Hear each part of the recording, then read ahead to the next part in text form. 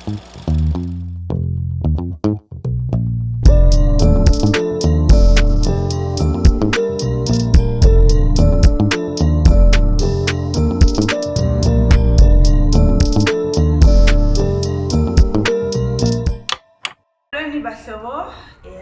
back with another episode. This is number 4. That's dedicated to let it burn, burn, burn, burn, burn, burn. And for this episode, I've enlisted my daddy.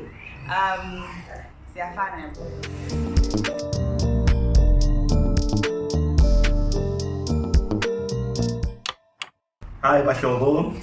My name is Bheki Zondi, father to Sihle. Born and bred in Volkast, Pumalanga. In 1973. Obviously, during the uprising, I was 3 years old. But the schooling and the information around helped me and others to understand what happened and what drove the uprising. And I was frequently visiting Gauteng, particularly Katlehong, and most action happened there, Katlehong and Thokoza, as most of you will know, and some of you will understand. Yeah. Thank you. Thank you. Also, okay. On the ones and twos. Yeah, professionally, I'm an analytical chemist. I'm a part-time DJ. Most in the deep house and the soulful house. I'm not cocoting. As cocoting. We treat like this. Sama prazo. Yeah. So as mentioned, you were 3. Yeah. When the uprising was happening, but we didn't really see freedom until like 94. So you were older at that point. Assuming what you experienced Zongoles in this case, because we never saw them.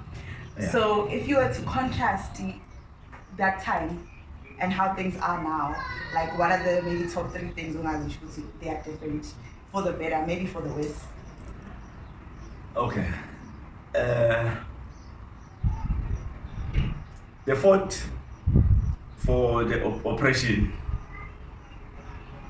did win. I could say 80%. Okay. Yeah, because we are not totally free. Yeah.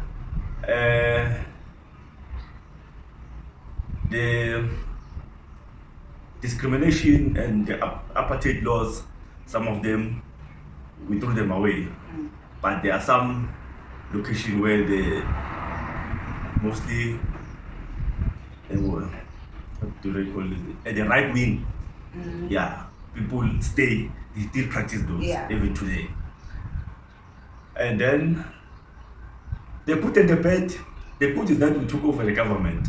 But the bad thing is that the government is not working for the people. Which is sad. Because now the other thing, the population can't fight. It's like we can't fight the family. Because previously it was the whites. So we had the drive to block the streets and burn tires and burn buildings and take away stuff. But now, actually, we are somehow separated. Some are saying, okay, Tina, we are good. Others are struggling. So the others that are struggling don't have power to express or fight. Because it's not a collective anymore. It's not a collective anymore.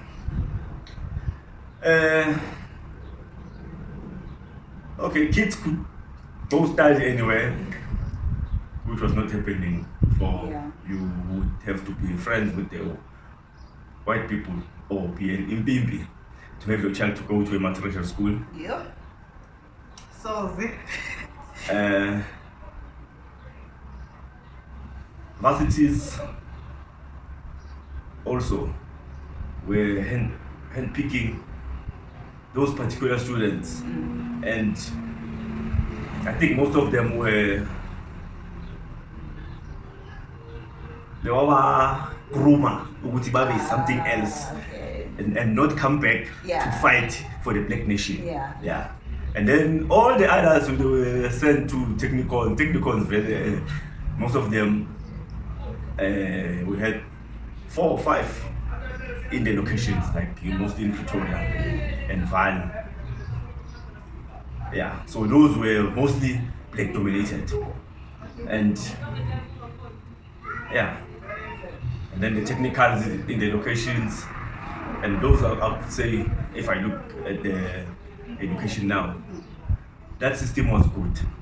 The technicals, where kids could go maybe once or twice in a week to do handwork, bricklaying, welding, and so on and so forth. Because the skills are scarce now. Yeah, I think I covered. Yeah. Okay, so just gonna double back the issue government. So you're saying it sounds like the representation of Manje in Parliament and how we allege or not is not the same as when you guys were coming up. Like other value systems are different now. Yeah. Like firstly, it went wrong during the Codesa. There was not suppose Codesa was not supposed to be there. Okay, please educate us. Codesa is when or where the ANC, the National Party, the DA and the Celebrants Group, the WPA, were supposed to meet in a round table to discuss the way forward on how to rule the country. Like, so it was like 94? Before 94. Before 94. It happened before the elections. Okay. Nelson Mandela was released in 1990. Codesa happened during 91 and 92 before they pronounced the 1994 elections. 92 or early 93. So there were talks there where the ANC was led by Nelson Mandela and Cyril Ramaphosa, and then there was this other guy from the National Party who joined the ANC afterwards. I forgot his name. Yeah, not Fairfoot. Telebrand did not want to take part in the negotiations, so they went there and disturbed the negotiations with the horses. My personal hero, Chrisani, wanted nothing to do with them, with the Codesa. Together with Winnie Mandela, they wanted nothing to do with the Codesa. And most of the ANC Youth League leadership, because we, as we were fighting on the ground, the outcome was supposed to be we take over. We don't negotiate with these people because they never negotiated with us. Hence, it all started going south there. That was a mistake done by the ANC. And I would say COSATU. Because the only part that was not there is Christiani, the SACP. Okay. Then I don't know what promises were made to each other, and I believe 80% of the population we don't know. We just heard we're going to vote, and then we must vote for the government. Nelson Mandela was going to be the president. Okay, some of us very skeptical with that. These people are negotiating with these people, and they were here saying, the old man sold us long before him. We saw him out of the prison cells. So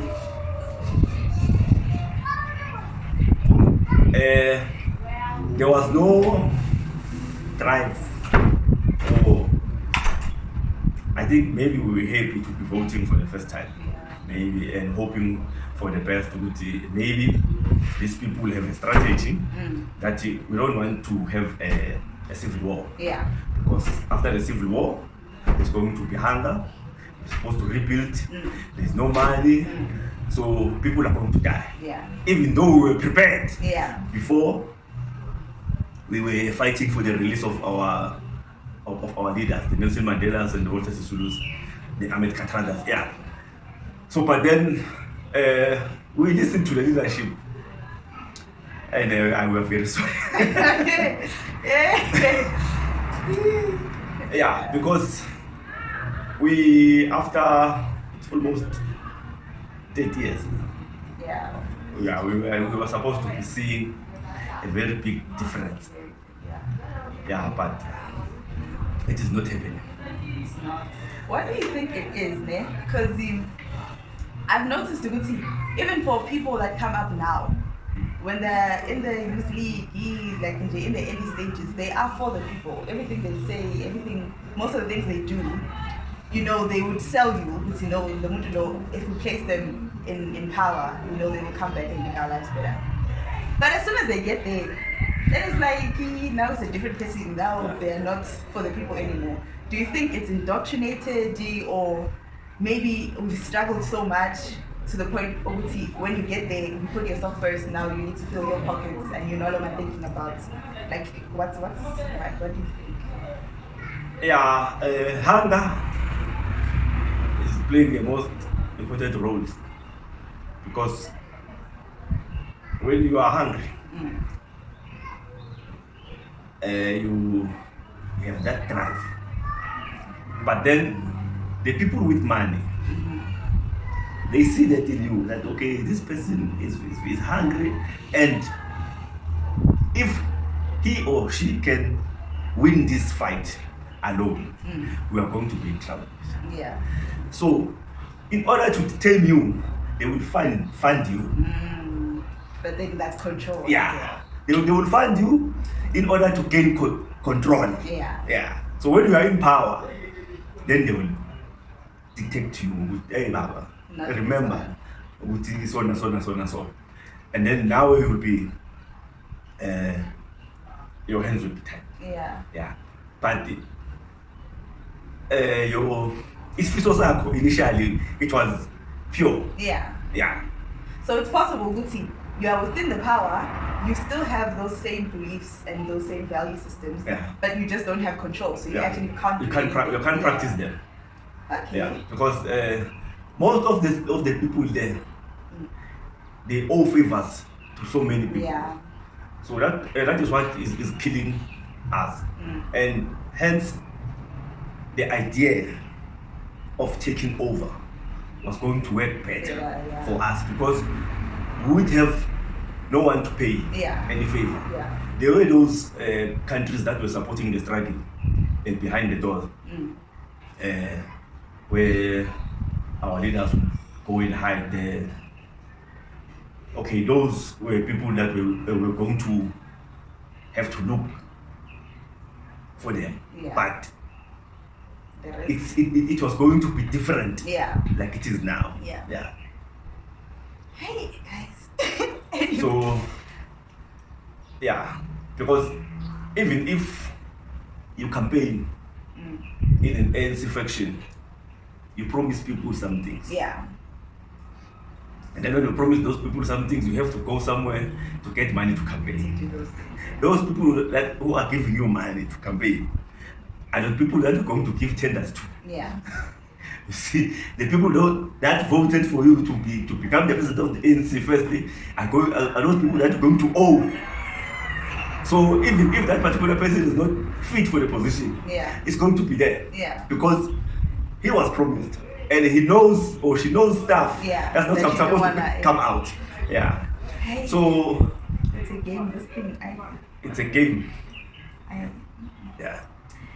Okay, so moving to freedom of expression. Do you think we have it? Because there's always these debates, like with the news and stuff, it's censored. They only show us what they want us to see. I don't know who's supposed to be in control of all of those things. But do you think, outside of social media, because that's a different story, but in with like the streamlined media, is it censored? Do we have freedom of expression? What's your opinion? Freedom of expression is there depending of who you are. Right. Then the media itself is being controlled.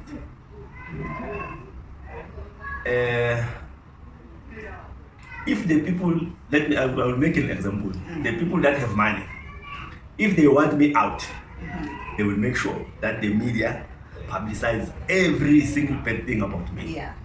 But if I'm in their favor, even if I can do a very bad crime, it won't be as much as mine. Yeah, so it is being directed to say particular things about particular individuals. And then if you are just a nobody, I don't say anything, okay, this 1, 2, 3 happened, where and where. But if a particular prominent figure who is protecting their wealth, let me put it like that, is in that state of being removed or being bad-mouthed, it won't be as explicit as it is supposed to be. I mean, I think it's true. I agree very much because it does make sense, but okay, it is what it is, I guess. With regards to the younger generation as the 2000s, do you think we have a full appreciation of whatever freedom that we do have? It's not everything, but it's better than when you guys were coming up, even educationally, even just in being able to move across provinces, Do you think we have a full appreciation? Do you think we understand where we are coming from as a country? And do you think we are maybe entitled about this whole thing? Like, you think it was easy? You think it was a joke? No, it wasn't a joke. Appreciating, some do, some they don't. Because I don't believe, maybe it's because most of you of the 2000s, the youth, don't have the full history of what was happening. Because in the movies, the Sarafinas and this other one, the train. Double cry. Yeah. Not everything is being revealed there. Okay. Yeah. See, for someone who would sit with someone who is maybe 70 years old now,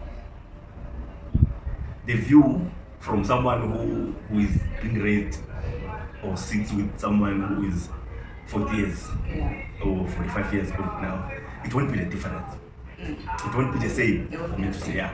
Because, like me, I experienced quite a bit of the apartheid, but not as the people who were born maybe, say, in 1955 or 1960. Yeah, because those, they know the apartheid, the apartheid, they pass law. Yeah. They know it, if they find you in town and you don't have a permission, they will just hold the permit. Yeah.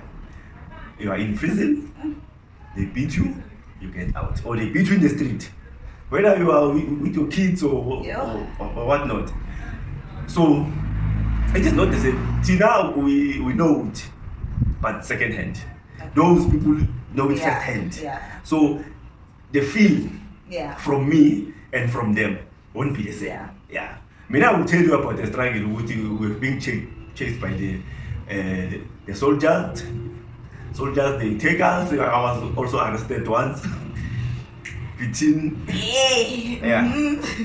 So those. But then it was, for us, it was different because the comrades would shut down a location for us to be released.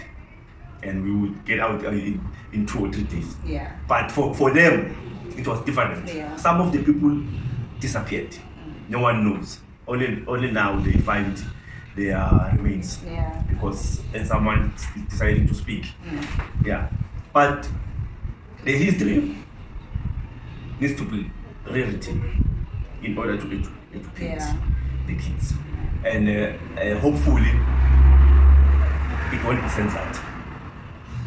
For them to understand and decide what to do with that information, and then understand, okay, right, it happened, we forgive, maybe we don't forget, let's try and build South Africa and move forward.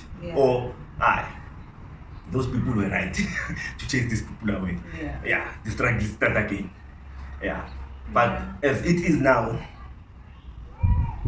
kids are still learning about Shakespeare, still learning about Galileo, and we have our own history now. We do. To educate our kids. Because even for me, and for me, guys, like obviously my dad was 15, my mom was also 15, so I feel like I'm more privileged as compared to other people who weren't raised by politicians, right? Because I have a bit more understanding.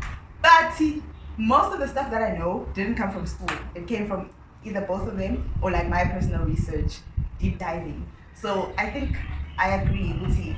It's like we're moving forward blinded. We don't really know even what we're moving forward from.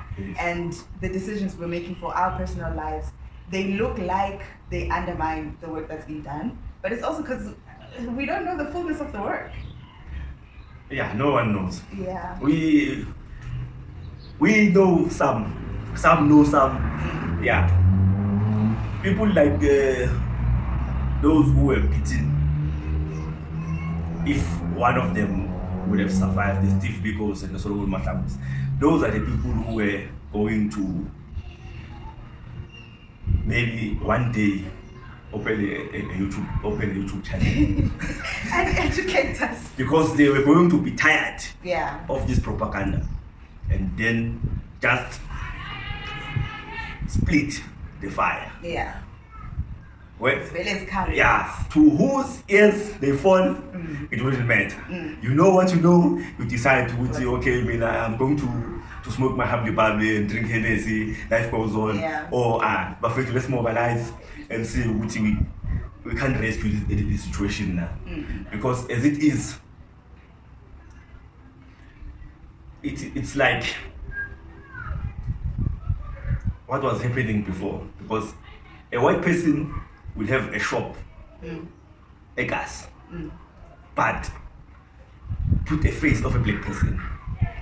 So the government is like that. Yeah. It's not working for the black people. Let me say, especially if you are poor, then you have your 350 if you are lucky to get it. You have that 400 and something for the kids, the grant. That's it. And you wouldn't even survive for 2 weeks. If you survive a week, 2 weeks is too much. So then you will get the old people who suffered the apartheid, but then they will tell you that, Umbuso Mopule was better. I've heard that. And now you see Uti like it's cooler, but we never experienced such hunger and starving. Uti so as inani. But manje, if you have, you have. If you don't have, you don't have. It's like that. You remain there, and unless maybe by the grace of God you hit the jackpot. But otherwise, you won't survive. The system is corrupt. From number 1 to number, how many are we? 54 million. I don't to know. Number 54 million. Yeah. Because even if they do these things, what are these things?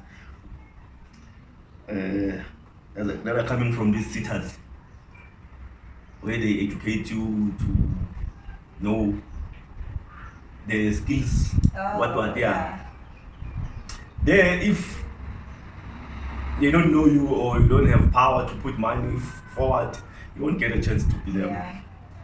They will take 3 or 4 random people if they need 20. All the 16 is people that will be handpicked. Yeah. So, go blind. Yeah. So what can we do better? Right. So apart from hoping at some point to see the level of education as pertains to our history is more transparent, what else can we do as individuals to better our society, to equip ourselves to move forward and, I don't know, make a small change, which hopefully if everyone makes their small change, it becomes a big change and adjust. Yeah, what can we do? I don't know, but I guess maybe if, let's say, in a small section where maybe you could have 100 young people, if 1 or 2 or 3 of those people could make it in life, and then come back to a class, I don't know what they could do, because like the thing is, I stay here, I struggle with the people around here. We help each other. Okay, by the grace of God, or in Nanani, Nyapopa, okay, a lotto, or I know someone who knows someone 10. Yeah. I wait for that person, and then now I learn, okay, 10. Because some people will give you information. Yeah. Now I get my own 10. Yeah. Right. Instead, I move out of ICAS and then go to stay Evali and build abantu basevali. I must come back ekhaya bafethu no man mamela. Kunesipanye sesoso ngithola itenda bafethu. Ufuna abantu abawu10. Yabo? Abantu abawu10 so. Okay. Imali ayikho mfana wami. Yabo? Mara la into masingayibamba. Ngizophusha mina itenda la site sisipanye sonke. And then we try and open a company for igas. Which must say 10. Mina ngiyi1 site. But must say 10. Sesisebenzela igas. So mina I'm uplifting the 9 people who, in return, if we win something in a year or 2, bazo uplift abanye abantu ekhasi, then ikhasi likhona ukuzimela. Yabo? Nabantwana abakhulayo bayazi ukuthi thina ekhasi lethu sina so iphushwa ubabani abantwana siyabakhuluma ukuthi if sesiphume gaming bayiphusha lento kuzoba i-culture. Like it was happening before vele in rural areas ukuthi isigodi masiphila kanjeni sithubeka siphila kaso akusukuthi noma bakakubiza umfokazana esigodini but akusho ukuthi uzona longadlala unendawo yakho la ozolima khona inanani inkosi yakwazi ukuhleplela lezo imbuzanyana eziyi3 ukuthi as umuntu ohlala la esigodini sami kumele ube nendlela yokusurvive. So yito engicabanga ukuthi engasibuyisa because ukuthembela le angiboni because labantu aba right ba right ba grand over yabo.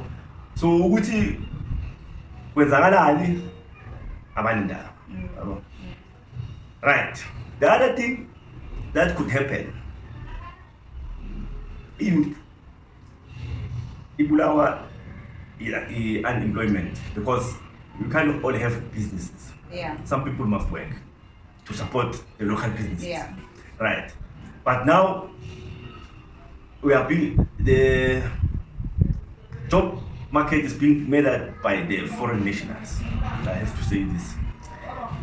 Companies are taking advantage of the foreign nationals because they know if they hire someone from Zim, instead of paying me with my matric 7,000, they will give this person 2,000. Yeah. So if they hire 3 people, my pay can pay 3 people, and they will have 1,000 rand change to give them bonuses at the end of the year. So I don't know how, and I don't know who could regulate that particular program of hiring people. I see people are trying to go to companies like they go and check staff, how many foreign nationals do you have, because of I think it's supposed to be 80-20% or somewhere, but in some companies you get there's only 10% of South Africans, the rest are outsiders, and the 10% are the ones who were there before. They will teach these people work. If you retire or you get fired, they don't replace you with a South African. Bring another one. So that could drive change like in a very big way. If they were to kind of regulate for this type of skill set that you're hiring for, this is the minimum that you can pay. And then just like have a rank, so that, because obviously there's minimum wage, but you can get around that easily. Like people would do that all the time. So if it's more around skill set and what position you're hiring for, and you can't pay someone below this amount, then I think, but we don't know who's gonna do it. But it should be the people who are in the sectors. If you are in the food and beverage sector, you are the ones who are supposed to regulate that. And if Wimpy is hiring, you should know that Wimpy in Phosphorus, if there's a Wimpy, they have 50 staff. And for that to make a burger, you don't need to get someone from overseas. You can get someone next door, teach them how to make a burger. So if it shows on the spreadsheet of Wimpy that there's knowledge, Chukuzimbi, and what, and then there's one Kumaro coming there, and those people, it should be an alarm to say Wimpy has more foreign than South Africans. And like we wait for them to release the stats every quarter to say the unemployment for the youth is 35%. That quarter, we tried to build a mall where. But who did you hire? You see. And then they changed there, it's only 2%, so we did nothing. Because also for the foreign nationals, the ones that do have skill sets, like most of them, they are graduates of some sort. They also deserve to be paid correctly for their skill sets. It's not just for us, but also just to balance things out. See, we can't have the people of the land dying of hunger when there are opportunities that are given to other people. No, all the educated people or professionals, I don't think there's a problem there. The problem is here. On like your matric people and those that don't have matric. Because there are some workplaces that you could get a job without a matric. But then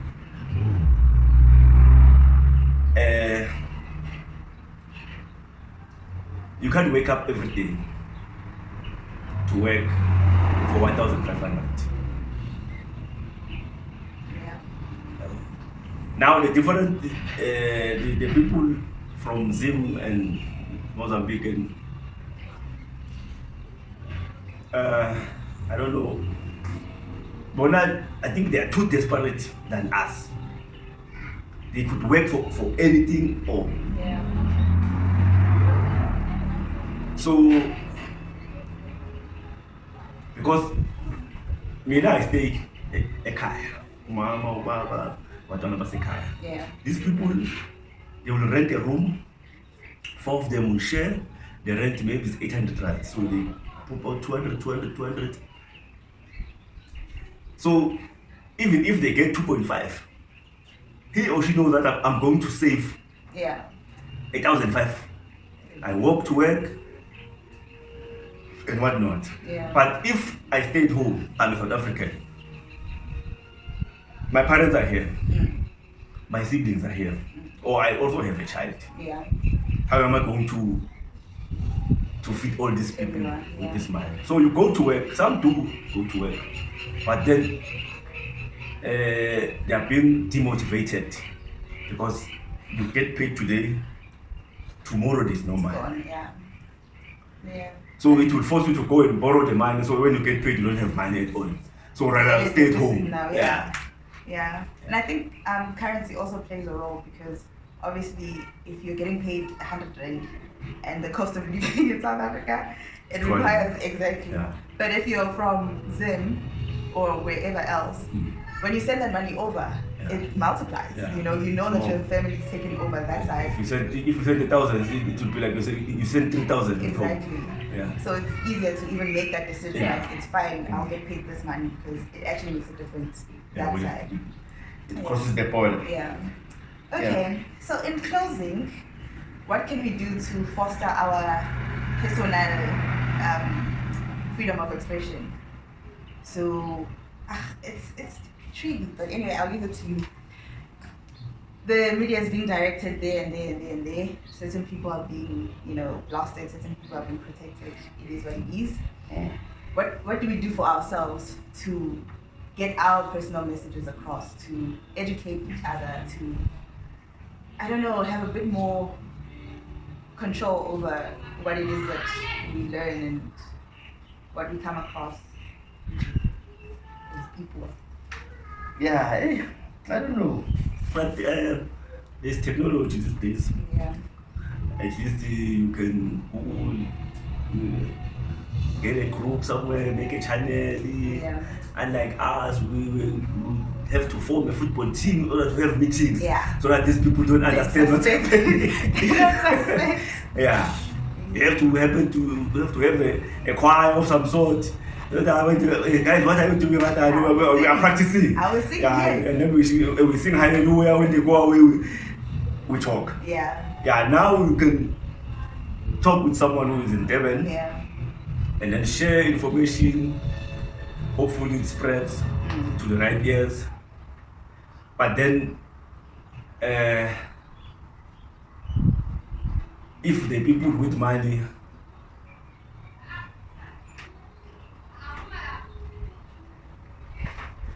these people have more power than you imagine. That's why I was like, it's tricky, because even on Twitter, some things won't get across. Because they have sensors in the system to say, oh, hey, there's information that's coming. So filter. So when you expect to have more views and responses and whatnot, you say, this thing is quiet. What happened? So hence, technology is fine, but you still have to fight. It's not fine, because even with the technology, they could tell what you were in house number 7790. And find you. They will come and find you. They will send the intelligence. To come and talk to you. If you don't listen, then you will disappear. So which was good for us back then, because except if there is a people inside. There's no. Our information was off the grid. No one will know. But it's us how we are blocking the streets. Unless it will only happen if there's someone here, a Kundwane, who's going to sneak and say, hey, Benyer, more immense squat. But otherwise, Tina, we were safe. Hey, we do what we can. We keep going. We hope for the better, We be what it be. It's hard and it's going to be harder. I see. Because there's no hope. Because even now, there were two attempts of shutdowns. Only one happened, but it had no impact. And you will tell with the control is too much. And these people, they know who to mute in order for them to, because you see, the shutdown that was supposed to happen, I think it was June. It didn't happen. The one that happened on Thursday. It had no power. And there is only one reason. They infiltrated the taxi industry. If the taxis are moving, then you won't have a shutdown. Yeah, that's true. But if the taxi bosses were on our side, they will tell their people who are afraid to living. The cost of living is too high. We are also paying too much for the petrol. Our installment for the quantums are too much. So don't go to work. And even if you want to go to work, you go to the taxi rank, nothing's working. You're like, okay. It's not moving. Yeah. So it is my view that they paid the big bosses of the taxi industry to gents 9 miles. Then they threatened, because I spoke to a few taxi drivers on Thursday, and they told that when we died that these people said, if I don't come to work, I'm holy, I'm actually taxi driver. So he sparks his card. I don't come shut down. Sasa, imali bengilwe ukuthi petrol yehle angisanayo leyo mali yokuthenga leyo petrol. So to chance bona I monopoly yabo bayidlala. So into engayenzeka ukuthi we the hungry ones, we take cars from the scrapyard or wherever, block the freeways, and then there's no movement. There's no, because they know if I'm taking seven, the economy will run. So if Tina, it is 7 it is Kodayo, it is as you to call 88 myself. If Tina is high, it may be one. When 27 days in Anama was available, that may be one, but failed. I think of it. As much as the Apartheid government would feel for that day or two, they lost a lot of money. So my Tina, a man. And it's that like we should stop waiting for a Messiah. I think that's the biggest problem. To come and save us. We're waiting for someone to do something. The Messiah is not coming. No. The Messiah should be within us. I think that's it. That's it from you. Thank you very much. I appreciate the conversation, guys. Guys. This man yesterday, he calls me, he's like, interview Yan. I'm like, say, you don't even know what we're talking about. Why are you fighting? But I appreciate your time. And it was a very good conversation. Hopefully it sparked some type of hunger to anyone who's going to listen. And there's some sort of learnings and movement forward that's going to come from it. On that note, some interviews we're supposed to prepare for the mind. You don't just wake up and say, my name is Bheki Zondi, I was born in 1970. But you didn't prepare. Because you refused to tell me. What is the interview about? And then you tell me now what the interview is about, what to do, and then I say, okay, then it's fine. If you said the interview is about an Apollo, I would say, no, let me go and research first. Because I was never in Apollo in the first place. Guys, thanks. Cheers. Well, bye. Keep it burning. Keep it burning. Ben.